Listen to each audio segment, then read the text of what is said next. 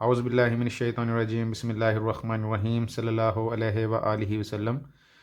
Examples हम कर रहे थे चैप्टर नंबर 1 से, और चैप्टर नंबर 1 के अब एग्जाम्पल हम करेंगे example number 3 and example number 4। Example number 3 and 4 की तरफ मूव करने से पहले ये कुछ अहम पॉइंट्स हैं, इनको भी आप निशान लगा लेंगे। तो ये सबसे पहले ये मेरे पास है, ये एक पॉइंट है, ई इज इक्वल टू 2.7182 सोन आगे कंटिन्यू है, इज़ कॉल्ड ऑयलर्स नंबर। ये हम पहले डिस्कस कर चुके हैं एग्जाम्पल के अंदर। फिर उसके बाद हम आएंगे यहाँ पे एग्जाम्पल नंबर 2 के नीचे है rational number plus irrational number is equal to irrational number. ये भी हम पहले, हमारे पास बहुत सारे ऐसे क्वेश्चंस आ चुके हैं जिसमें इररैशनल नंबर के अंदर जब इररैशनल सबमिट वो ऐड होता था तो उसका आंसर होता था वो भी एक इररैशनल होता था। और सेम नीचे रैशनल नंबर जो ज़ीरो नहीं है मल्टीप्लाई करेंगे इररैशनल नंबर से, वो भी क्या चीज़ आएगी, वो भी इररैशनल नंबर आएगा। और उसके बाद हमारे पास यहाँ पे एक है क्वेश्चन नेक्स्ट है, यहाँ पे ये what will be the product of two irrational numbers. तो two product of two irrational numbers मैं यहीं पे सॉल्व कर रहा हूँ कि भी वो कह रहा है कि भी मैंने ये नंबर ले लिया, एक √3 है और एक √5 है, इन दोनों को मैं मल्टीप्लाई कर रहा हूँ। अब देखें ये भी इररैशनल नंबर है, ये भी इररैशनल नंबर है। जब इन दोनों को मैं मल्टीप्लाई करूँगा तो इसका आंसर आएगा, क्योंकि हमारे पास ये फार्मूला है कि अगर अंडर रूट है और दोनों के दरम्यान में मल्टीप्लिकेशन हो रही है तो अंडर रूट सेम कर देंगे और 5 और 3 को मल्टीप्लाई करेंगे, मेरे पास आंसर आएगा 15। अब देखें 15 भी है, ये भी पूरा पूरा इसका अंडर रूट नहीं आता, इसका आंसर नहीं आता, कंप्लीट स्केयर नहीं है। तो इसका मतलब क्या हुआ कि ये भी दो इररैशनल मिलके भी एक इररैशनल बना रहे हैं। तो इसका आंसर क्या आएगा, what will be the product of two irrational numbers। तो product of two irrational number is also a irrational number। इसी तरह उर्दू पे हमारे पास है, याद रखें, e इज इक्वल टू 2.7182 को आयलस का अदद कहा जाता है, एक पॉइंट।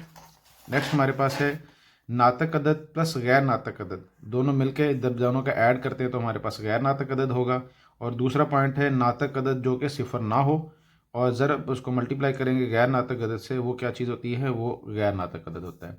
और नेक्स्ट अभी जैसे हमने सॉल्व किया √3 और √5 की एग्जांपल लेके, तो दो गैर नातक अदाद का हाथ से ज़रब क्या होगा, वो भी एक गैर नातक अदद होगा। तो example number 3 and example number 4 की स्टेटमेंट पढ़ते हैं। तो एग्जांपल नंबर 3 है, ये दर्जा झैल मतवालिक कसूर अशारिया को P/Q की शक्ल में ज़ाहिर करें। उसके दो पॉइंट हैं, पॉइंट 1 है 0.5 बार एंड 0.93, और फोर्थ है हमारे पास 2 और 3 के दरमियान दो नातक आदाद मालूम करेंगे। तो हमारे पास, मैं इंग्लिश में भी स्टेटमेंट पढ़ देता हूँ। 3 है, express the following ranking decimals as the rational number P/Q where P and Q are integers. और 0.5 पे बार है, 0.93 पे बार है। और हमारे पास यहाँ पे ये इसके फोर्थ एग्जाम्पल है, insert to rational number between 2 and 3। तो 2 और 3 के दरमियान में दो इरेशनल नंबर। ये हमने क्वेश्चन एक्सरसाइज में भी किया है और रिव्यू एक्सरसाइज के अंदर में भी हमने इस तरह क्वेश्चन किए दोनों से रिलेटेड। तो इनको आइए हम सॉल्व करते हैं। तो सबसे पहले हमारे पास है एग्जाम्पल नंबर 3। तो एग्जाम्पल नंबर 3 को सॉल्व करने के लिए एग्जाम्पल 3, उसके दो पार्ट हैं। सबसे पहला पार्ट हमारे पास है 0.5, आई थिंक 0.5 बार, 0.5 बार। तो लेट्स सपोज, सबसे पहले हम क्या करेंगे, लेट सपोज, फर्ज किया x इज इक्वल टू 0.5 बार। अब 0.5 बार को ओपन करेंगे, x इज इक्वल टू 0.5555, ये आगे इनफाइनाइट तक ये कंटिन्यू है। अच्छा, इसको मैंने नंबर 1 कह दिया। अब हमारे पास ये पॉइंट के आगे एक वर्ड है, तो अब मैं इस रकम को नंबर 1 को 10 से मल्टीप्लाई करूंगा। अगर पॉइंट के आगे दो वर्ड होते, दो वर्ड रिपीट हो रहे होते, तो फिर उसको मैं 100 से मल्टीप्लाई करता। तो ये एक वर्ड है, इसके आगे पॉइंट के आगे एक वर्ड रिपीट हो रहा है, तो अब मैं इसको 10 से मल्टीप्लाई करूंगा। मल्टीप्लाई इक्वेशन 1 बाय 10 से मल्टीप्लाई करेंगे। तो 10 into x is equal to 10 into 0.555 so on continue. तो 10x इज इक्वल टू 5.5555, और ये मूव करेगा। इसको मैं इक्वेशन नंबर 2 कह दूंगा। अब आपने क्या कर रहे हैं, equation number 2 minus equation number 1।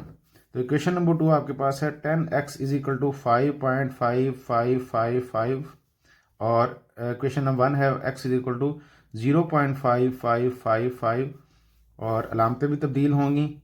ये 10x में से 1x निकालेंगे तो हमारे पास आएगा 9x, और इसी तरह से आएगा, ये 5 में से 5 निकाला 0, ये भी 0 0 0 और 5 में 0 निकाला 5, यानी कि इशारिया के बाद जितने भी वर्ड्स आएंगे वो 0 0 होंगे, उनके आगे लिखने की ज़रूरत नहीं है। तो मेरे पास आया 9x बराबर है 5, तो x यहाँ से निकलेगा 5/9।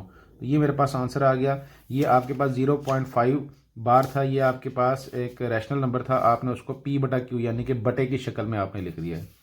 इसका सेकंड पार्ट हम करते हैं।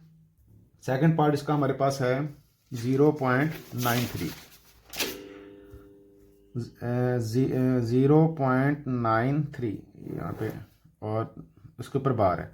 तो सबसे पहले हम वही करेंगे। लेट्स सपोज फर्ज किया x इज इक्वल टू 0.93, तो ओपन करेंगे x इज इक्वल टू 0.939393। अब आप यहाँ पे देखें ऊपर पहले वाले क्वेश्चन में पॉइंट के बाद एक वर्ड रिपीट हो रहा था, यहाँ पे 93 के ऊपर है, इसका मतलब है 0.93 दो वर्ड रिपीट हो रहे हैं। तो अब मैं जब इसको मैंने नंबर 1 कह दिया, अब जब दो वर्ड रिपीट हो रहे होंगे तो मैं इस इक्वेशन 1 को 100 से मल्टीप्लाई करूंगा। जैसे यहाँ पे एक वर्ड रिपीट हो रहा था तो मैंने 10 से मल्टीप्लाई किया, अब दो वर्ड रिपीट हो रहे हैं तो मैं अब इनको इक्वेशन 1 को मल्टीप्लाई इक्वेशन 1 बाय 100। अब 100 से मल्टीप्लाई करेंगे तो 100 into x is equal to 100 into 0.939393 so on. अच्छा, अब इसका आंसर आएगा 100x इज इक्वल टू ये जब 100 है यहाँ पे 100 जब 0.9393 से मल्टीप्लाई होगा तो आंसर आएगा 93.939393 सोन। इसको मैं इक्वेशन नंबर 2 कह दूंगा। सेम पैटर्न जैसे इक्वेशन 2 माइनस इक्वेशन 1 पहले सवाल में की थी, या बाकी जो हमने एग्जांपल्स पहले कर चुके हैं, क्वेश्चंस कर चुके हैं, सेम इसी तरह इक्वेशन 2 माइनस इक्वेशन 1। तो इक्वेशन 2 मेरे पास है 100x is equal to 93.939393 so on, और x इज इक्वल टू 0.939393 सोन।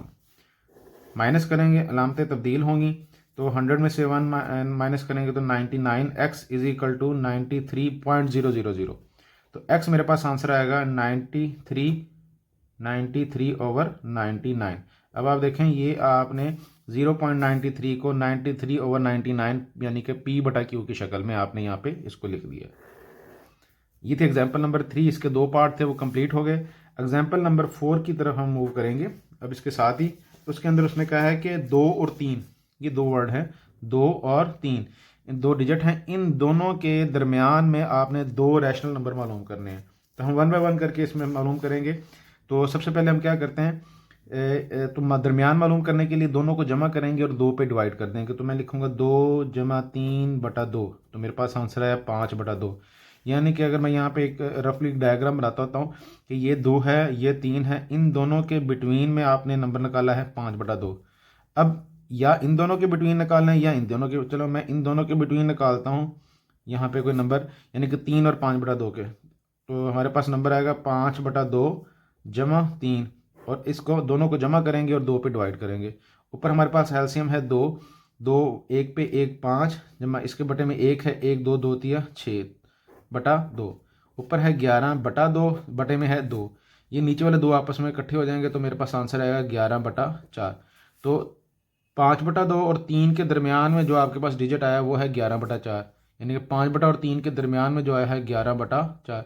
अब ये 11/4 और ये 5/2, ये दो रैशनल नंबर हैं, किसके दरमियान में है, 2 और 3 के दरमियान में। एक्सप्लेन कर देता हूँ। 2 और 3 के दरमियान में जब आपने उनका औसत निकाला, अरिथमेटिक मीन निकाला, तो 5/2 आंसर आया। फिर 5/2 और 3 के दरमियान में निकाला तो 11/4। अब देखें ये जो दोनों जन पे मैंने सर्कल लगाया, ये दोनों रैशनल नंबर, ये 3 वाली लाइन है ये 2 वाली लाइन है, इनके दरमियान में ये फॉल कर है। ये सिर्फ ये वाला जो इतना हिस्सा है ये सिर्फ जस्ट बच्चों को समझाने के लिए किया गया है कि ये जो दोनों नंबर्स हैं 2 और 3 के बिटवीन में लाई करते हैं। तो ये हमारे पास 2 और 3 के दरमियान में दो रैशनल नंबर थे। अस्सलाम वालेकुम।